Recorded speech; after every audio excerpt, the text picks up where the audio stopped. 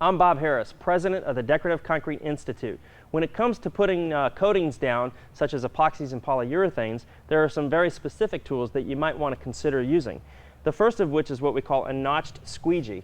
And you can see on the bottom of these, they have little notches in them, and those notches are there for a real specific reason.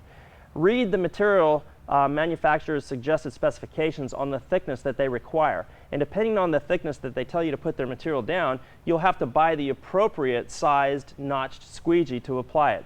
As a general rule in the industry, it's usually somewhere on the low end of about 10 mils thick, up to 30 or 40 mils thick, depending on the system that you choose to use. So here you can see we're probably putting this one down roughly 15 mils, where this one is down around 8 mils. The notches are much less.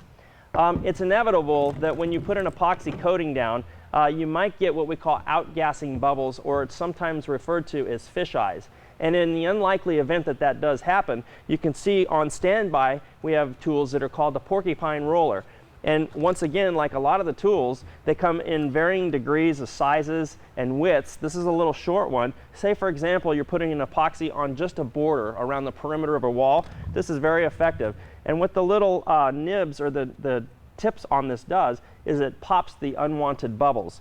If you're doing larger floors, certainly you're going to use a much wider porcupine roller for popping the bubbles. Let's show you how these tools work. So we're going to dump a ribbon of the black epoxy out.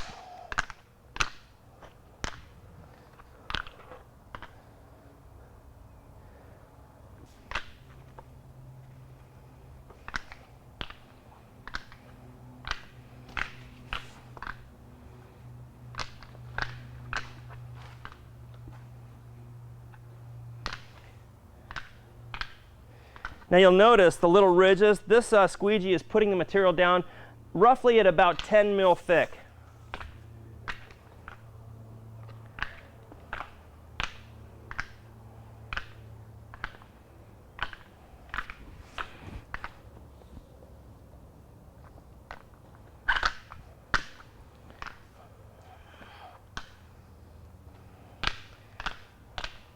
Now typically, after you've completed this process with your notch squeegee, then what we're going to do is simply back roll, depending on the thickness you're putting it down, usually using the 3/8 mohair roller or lint-free roller.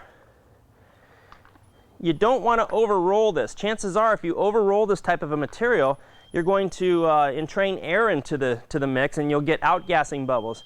So it's a one-time over. I'm not going real fast. Just a nice, consistent, smooth roll. And that's about the extent that's needed when using the notch squeegee combined with your roller for 100% solids epoxy.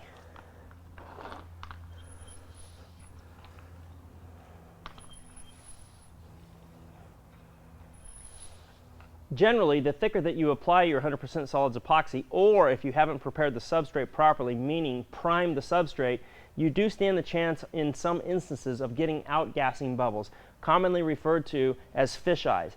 In the unlikely event that does occur after you've used your notch squeegee and then after you've used your 3/8 inch roller, you may be required to use what we call the porcupine roller and simply run it right out across the fresh epoxy and straight back. And what that's going to do, it's going to pop any unwanted bubbles. Remember, to get the most out of your tools, use them properly, and more importantly, use them safely. I'm Bob Harris.